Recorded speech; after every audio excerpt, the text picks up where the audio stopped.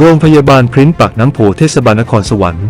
ร่วมมอบถุงยังชีพข้าวสารอาหารแห้งน้ำดื่มยารักษาโรคแก่ผู้ได้รับผลกระทบจากน้ำท่วมวันที่ 8 ตุลาคม 2568 โรงพยาบาลพริ้นปากน้ำโพนายจิตรเกษมนิโรธธนรัตน์นายกเทศมนตรีนครสวรรค์นางสาวทัศราวดีนิโรธรองนายกคณะผู้บริหารสมาชิกสภาเทศบาลหัวหน้าส่วนราชการเจ้าหน้าที่กองสวัสดิการสังคมเจ้าหน้าที่สำนักสาธารณสุขร่วมมอบถุงยังชีพข้าวสารอาหารแห้งน้ำดื่มและยารักษาโรคที่มากับน้ำแก่ชุมชนริมน้ำที่ได้รับผลกระทบจากน้ำท่วม